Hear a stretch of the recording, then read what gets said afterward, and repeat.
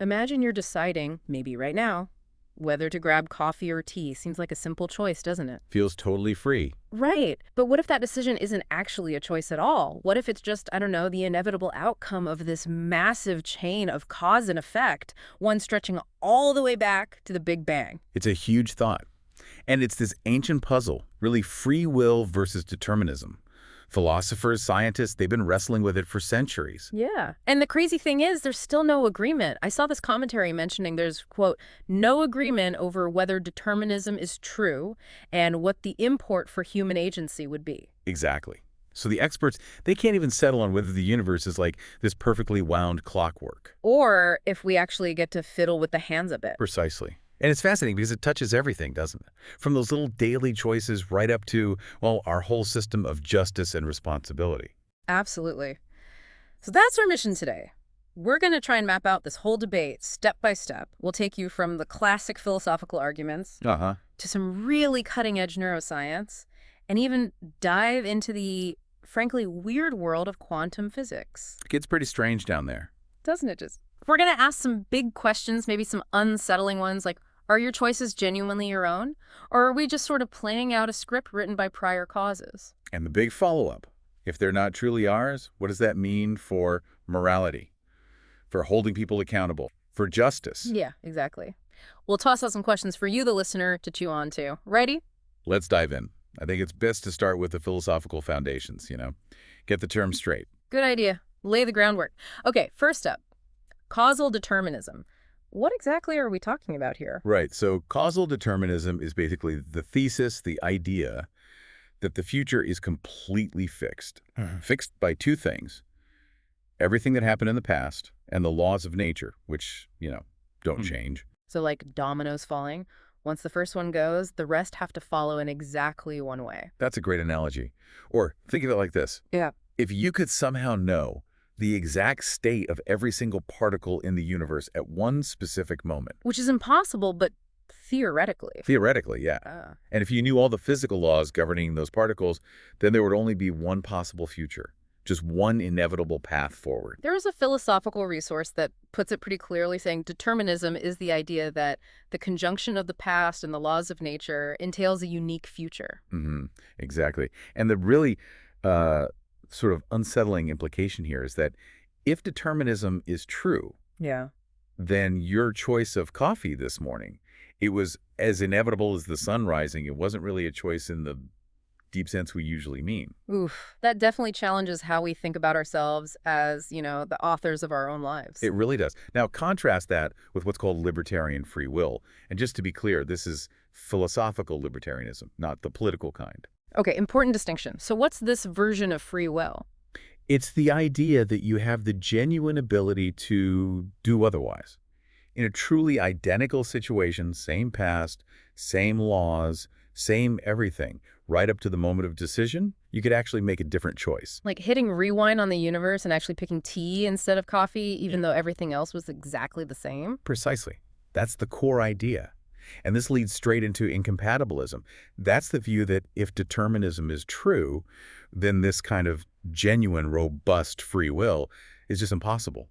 They can't both be true. Because if the past and laws guarantee only one future, Then you simply couldn't have done otherwise. As one philosophical encyclopedia puts it, if our acts are the consequences of the laws of nature and events in the remote past, and we obviously don't control the past or the laws. then our choices aren't truly ours in that deep could-have-done-otherwise sense. Exactly. So if you're a libertarian about free will, you must believe the universe isn't fully deterministic. There has to be some wiggle room, some indeterminacy. Okay. Which brings us, then, to hard determinism. That sounds pretty bleak. It is a tough view for many. Hard determinism takes that incompatibilist line, free will and determinism can't coexist, and says, well, determinism looks pretty solid, especially from a classical physics perspective. So free will must be the thing that's not real. Right. It argues that free will, as we normally think of it, that feeling of being the conscious author of our choices, is basically a powerful illusion. Wow. I remember reading Immanuel Kant on this. He argued that if our will is totally determined, we're basically like complicated machines. Yeah, his point was we'd be no more accountable for our actions than any other mechanical object whose movements are internally conditioned. If your actions are just the inevitable result of your brain chemistry in your past. Then praising someone for being good or blaming them for being bad seems, well, kind of pointless, like praising a clock for keeping time. That's the core challenge. Mm. Hard determinism poses to morality and responsibility. It's a radical thought. Definitely unsettling. But you mentioned most philosophers try to find a middle way. That's right. That's where compatibilism comes in, sometimes called soft determinism. This is probably the most popular view among philosophers today, actually. Okay, so how do they square the circle? How can determinism and freedom live together? Well, compatibilists redefine freedom. They argue that true, meaningful freedom doesn't require breaking the laws of nature or defying causality. It doesn't mean you could have done otherwise in the exact same situation. So what does it mean then? It means acting according to your own desires, values, and reasoning without being forced or coerced by external factors. Freedom is the opposite of compulsion, not the opposite of causation. Ah, okay. So it's not about being uncaused, it's about whether your internal states, your character, your desires are the cause. Precisely. Yeah. Thinkers way back to the Stoics, and later David Hume, Peter Schlick, they argued this. Schlick said, a person is free if they're not acting under compulsion. Even if your desire for chocolate ice cream was ultimately caused by your genes and experiences. If you chose it because you wanted it and nobody forced you. Then that counts as a free choice in the compatibilist sense. Yeah. It's your choice stemming from your character. They often use this idea of conditional reasoning. What's that? It's like saying, I could have done otherwise if I had chosen to do otherwise. The ability to act on a different choice, if you had made it, is what matters. So the fact that your desire might have been determined doesn't negate the freedom as long as you acted on that desire without, like, a gun to your head. Exactly. And this is crucial because it allows compatibilists to preserve moral responsibility. If you acted based on your own motivations, uncoerced, then society can still hold you responsible. Praise and blame still make sense as ways to influence future behavior. Okay, let's recap that philosophical map quickly. We've got hard determinism, everything's fixed, free will's an illusion. Yep. Then libertarian free will. We do have genuine could-have-done-otherwise freedom, so the universe can't be fully deterministic. Right. Requires some indeterminism. And finally, compatibilism. Determinism might be true, but we can still be free in a meaningful sense, acting on our own desires, uncoerced. Freedom and determinism can coexist. That's the basic landscape. So just thinking about this, what feels right to you, listening, is moral responsibility only possible if we really could have chosen differently? Or is it enough that we act based on who we are without being forced? Something to mull over. Definitely, because now we're going to shift gears from these, deep philosophical debates. So what scientists are actually finding inside our heads, neuroscience time. Right. This is where researchers tried to tackle it experimentally. Do our brains actually make decisions before we're even consciously aware of making them? Okay, this is where things get really wild for a lot of people. Tell us about the Libet experiments from the 80s. Okay, so Benjamin Libet had volunteers hooked up to an EEG that measures brain electrical activity. He asked them to do something simple, like flex their wrist whenever they felt the urge. Crucially, they also had to note the exact time on a special clock when they first felt the conscious intention, the urge to move. Simple setup. What did he find? Something pretty startling. He found a specific pattern of brain activity called the readiness potential, building up in the brain before the person reported having the conscious urge to move. How much before? On average, about half a second, maybe a bit more. The readiness potential started around, say, 600 milliseconds before the actual wrist flex. Okay. But the conscious awareness of wanting to move only popped up around 200 milliseconds before the movement. That's a gap of almost 400 milliseconds. Wow. So the brain was already gearing up to move quite a while before the person felt like they decided to. That's exactly what Libet concluded. His interpretation was pretty dramatic. The brain acts before the mind decides. He argued that this ruled out conscious will being the actual initiator of the action. So the feeling of choosing might just be, what, like a notification after the fact? The brain telling us what it already started doing. That's one way to look at it, yeah. Maybe consciousness comes in late, maybe to veto the action but not to kick it off. It definitely kicked off a huge debate and a whole field of research called neurovolition. And things didn't stop there, right? Newer studies with better tech. Exactly. More recently, using fMRI, which shows brain activity through blood flow, researchers like John Dylan Haynes took it even further. In a 2008 study, they had people choose between pressing one of two buttons. Okay. By looking at patterns of activity in specific brain areas, particularly the frontopolar and parietal cortex, They could predict which button the person would press. Yeah. And get this, up to 7 seconds before the person consciously felt they'd made the choice. 7 seconds. No, That's yeah. that's an eternity in brain time. It's a remarkably long time, yeah. Yeah. And a follow-up study looking at more abstract decisions, like deciding whether to add or subtract two numbers, found they could predict that choice about 4 seconds ahead of conscious awareness. So what are the implications? What did the researchers themselves say? Well, they put it cautiously, saying something like, the human brain may already start shaping spontaneous decisions even before they enter into conscious awareness. It strongly suggests that a lot of the groundwork for a decision is laid unconsciously. Making our conscious experience feel more like a narrator reporting on the brain's actions rather than the CEO making the calls. That's a good way to put it. It really does challenge that intuitive feeling that I am consciously driving the bus. Now, there must be pushback on this, right? Criticisms of these experiments. Oh, absolutely. Yeah. Lots of debate. One major point is that these are very simple, often arbitrary tasks in a lab. Flicking a wrist, pressing a button. How much does that tell us about complex, real-life decisions like choosing a career or marrying someone? Fair point. It's not exactly a moral dilemma. Right. Critics also question how accurately people can report the precise moment of conscious awareness. It's subjective. And some argue the readiness potential isn't the decision itself, but maybe just a general buildup of neural noise or preparation, and the conscious mind still plays a crucial role, maybe in giving the final go, or, as Libet himself suggested later, having a veto power. So it's not necessarily case closed. Consciousness is irrelevant. Definitely not case closed. But these studies undeniably add a really provocative piece to the puzzle. The fact that neurons are firing in specific patterns related to a choice, well before we feel we've chosen, it forces us to ask, are our free choices truly originating from our conscious self?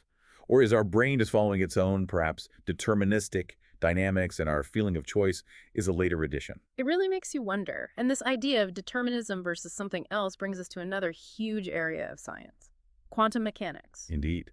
Because for a long time, classical physics, Newton's physics, seemed to paint a very deterministic picture of the universe. Right, the giant clockwork model. Everything predictable if you just knew the starting conditions and the rules. Newton's laws were amazing at predicting planetary orbits, falling apples. Everything seemed perfectly mechanical. Exactly. It felt like the universe was this giant, predictable machine. But then the 20th century happened. And quantum mechanics blew that clockwork apart. Pretty much, yeah. At the very small scale of atoms and particles, things got weird. Werner Heisenberg's famous uncertainty principle from 1927 was a big part of it. What did that say again? It says you fundamentally cannot know both the exact position and the exact momentum, which involves velocity, of a particle at the same time. The more precisely you know one, the less precisely you can know the other. So you can't know the exact state of a particle needed for perfect prediction. Correct. And more than that, quantum mechanics generally doesn't predict definite outcomes, only probabilities. You can calculate, say, a 90% chance an electron will be found here, but there's maybe a 10% chance it'll randomly pop up over there. Yeah. It's not just that we don't know. The theory suggests the outcome is genuinely random, probabilistic. I remember Einstein's famous quote about that, God does not play dice. He really didn't like that randomness. He famously resisted it, yeah. But modern physics has largely embraced it. The universe, at its most fundamental level, seems to have an irreducible element of chance. It's not a perfect clockwork. It's more like a cosmic casino, maybe. A universe of probabilities. Okay, so if the universe isn't perfectly predictable, if there's genuine randomness, does that rescue free will? Does it give us the wiggle room libertarianism needs? Well, it certainly breaks the chains of strict determinism. If not everything is predetermined, then maybe our future choices aren't absolutely fixed by the past. Some people, even going back to the ancient Greek philosopher Epicurus, hoped for tiny random swerves in atoms to allow for freedom. And in the brain, could these quantum effects actually matter? That's the big question. The brain is obviously much larger than a single atom, but it's a complex system. Some scientists argue it's a warm, noisy place where quantum jitters could potentially be amplified. Maybe the firing of a single neuron, influenced by quantum uncertainty in ion channels, could cascade through the network and lead to a different large-scale outcome. So a tiny quantum coin flip could theoretically lead to a different decision. Theoretically, yes.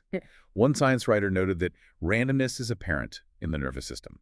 We cannot rule out the possibility that quantum indeterminacy leads to behavioral indeterminacy. You also have chaos theory, where tiny changes in initial conditions in complex systems like neural networks can lead to vastly different outcomes. Think of a fly's unpredictable escape path. Okay, so maybe quantum randomness opens a door, but is randomness really the same as freedom? If my choice is just the result of some random quantum event in my brain, did I really choose it? That's the major complication. Randomness isn't control. A choice caused by chance doesn't feel like my choice, my agency. It feels more like noise. So while quantum indeterminacy might break determinism, it doesn't automatically give us the kind of purposeful, rational free will we usually think we have. It just replaces clockwork with dice rolls, maybe. Kind of, yeah. And then you have even stranger ideas like super-determinism. This is a minority view, but some physicists suggest maybe even the quantum randomness isn't truly random. How could that be? The idea is that there might be hidden variables, deeper factors we don't know about that determine everything, including the outcomes of quantum measurements and our choices about which measurements to make. It basically tries to restore determinism completely. So under superdeterminism, even apparent randomness is part of the script. Exactly. Physicist Sabine Hossenfelder puts it like this. Without hidden variables, quantum mechanics is indeterministic. Superdeterminism brings us back to determinism. Everything, including our feeling of choice, would be locked in from the beginning. Wow. Okay, so physics gives us a more complicated picture than just clockwork, but doesn't hand us free will on a silver platter either. It introduces uncertainty, probability. And even debates about whether that uncertainty is real. Yeah. There's also the free will theorem by Conway and Kochen, which suggests that if experimenters have free will to choose their measurements, then elementary particles must have some primitive form of it too. And ideas like downward causation, it's complex. Definitely complex. The bottom line seems to be quantum mechanics shattered the simple clockwork, introduced fundamental uncertainty, but whether that uncertainty equals meaningful free will, that's still very much up for grabs. It's a universe of probabilities. Precisely. And all this abstract stuff, philosophy, neuroscience, quantum physics, it might seem far removed, but it has huge real-world consequences. Which brings us to the big, so what? Why does this debate matter so much? Right, because our whole system of ethics, of praise and blame, reward and punishment, our entire legal framework, it seems to rest on the assumption that we do have free will, at least to some extent. Absolutely. Take hard determinism seriously for a moment. If people's actions are truly predetermined, like clockwork winding down, Then how can we genuinely blame someone for doing something wrong? Or praise them for doing good? exactly. Sam Harris, who argues strongly against free will, says that without it, criminals are just poorly calibrated clockwork. Punishing them in a retributive sense, making them suffer because they deserve it, starts to look, as he puts it, utterly incongruous. So the focus should shift. Away from revenge or just deserts. And more towards practical things. Yeah. Deterrence, preventing future crime. Rehabilitation, fixing the clockwork if possible. Or containment, keeping dangerous mechanisms from harming others. It's more like treating a disease than punishing a sin. Remember Kant's warning too, no true moral responsibility without freedom. And this crashes right into the legal system, doesn't it? Law typically requires both the bad act, actus reus, And the guilty mind, the mens rea. The intention, the voluntary choice to do wrong. but if neuroscience suggests decisions start before conscious awareness, or if determinism is true, what happens to that guilty mind? Can the mind be truly guilty if it wasn't fully in control or couldn't have chosen otherwise? It's a huge challenge to traditional legal concepts of intent and culpability. But the compatibilists, they have an answer for this, right? How do they save responsibility? They do. Their argument is practical. They say, we can still hold people responsible even in a deterministic world because doing so works. Praise, blame, punishment, rewards. These are tools society uses to shape behavior, to encourage pro-social actions and discourage harmful ones. Yeah, so responsibility isn't about some deep metaphysical deserving, but about social utility, about making society function better. Largely, yes. It's about maintaining those attitudes of resentment towards harm doers and gratitude towards benefactors, which Peter Strawson argued are natural and essential human responses, regardless of the underlying metaphysics. We hold people responsible because it regulates our interactions and builds social order. That makes practical sense. But still, there's that nagging intuition, isn't there? If someone truly could not have done otherwise, deep down, does it feel right to blame them? That intuition is powerful. And some philosophers, called hard incompatibilists, agree with it. They argue that neither determinism nor the kind of indeterminism quantum mechanics might offer can give us the kind of control needed for true moral desert. whether your actions are fixed by the past or influenced by random quantum events. You didn't control the past and you don't control the randomness, so ultimate responsibility seems impossible either way. That's their argument. True desert, the idea that someone fundamentally deserves praise or blame based on their actions alone, has no solid foundation in either a deterministic or indeterministic universe. Let's make it really concrete. Think about a criminal. If you lean towards determinism, you see them maybe as a product of unfortunate genes and a damaging upbringing. The focus shifts to prevention, rehabilitation, managing risk. Less about retribution. Right. If you think quantum randomness plays a role, maybe their action was partly due to chance fluctuations in their brain. Does that make blame more meaningful? Maybe not in the deepest sense. Many would still say, yes, we need social accountability, but the flavor of justice might change. Less vengeance, more focus on consequences and future behavior. And this stretches into everyday life too, right? Success and failure. Absolutely. If determinism is true, does someone really deserve immense wealth or fame achieved through talent and hard work if those traits and drives were themselves determined? Sam Harris argues, no, not in any deep sense. Those of us who work hard and follow the rules would not deserve our success. And conversely, failures aren't truly deserved either. It kind of levels the playing field, removes some of the sting from failure, and maybe some of the arrogance from success. It could. It raises really uncomfortable questions. Is it fair to praise the star student whose supportive environment and innate abilities were just, lucky, draws in the causal lottery? Is it fair to blame the person who struggles if their path was paved by factors beyond their ultimate control? These are tough questions that really hit at our core values of fairness and merit. They absolutely do. But what if free will is an illusion? Does life just fall apart? Probably not, right? We'd still live our lives, make plans, strive for goals. Exactly. Life goes on. We might just change the story we tell ourselves about it. Maybe see ourselves less as sovereign commanders and more as complex biological systems navigating the world, responding to inputs, striving towards goals. Laws would still exist. But maybe justified more on grounds of maintaining order and protecting people, rather than delivering cosmic justice. Right. And perhaps, as some argue, acknowledging the deterministic or probabilistic forces shaping us could lead to a more compassionate society. Seeing someone who does wrong not as inherently evil, but as perhaps unlucky or needing help or intervention. It definitely forces us to ask those fundamental questions. Why do we praise? Why do we blame? What is justice really for? And that brings it back to you, listening. How do you grapple with this? If you were convinced tomorrow that determinism is true, would you want to redesign the justice system? How much? And does the feeling of freedom matter? Even if it's an illusion, is that feeling essential for how we live our day-to-day lives? Is the illusion enough? We've covered a lot of ground: ancient philosophy, modern neuroscience, quantum weirdness, all circling this core mystery. Do we choose, or do we just think we choose? Maybe free will is real, maybe it's an illusion, maybe, as often happens, the truth is more nuanced and lies somewhere in that gray area compatibilism tries to navigate.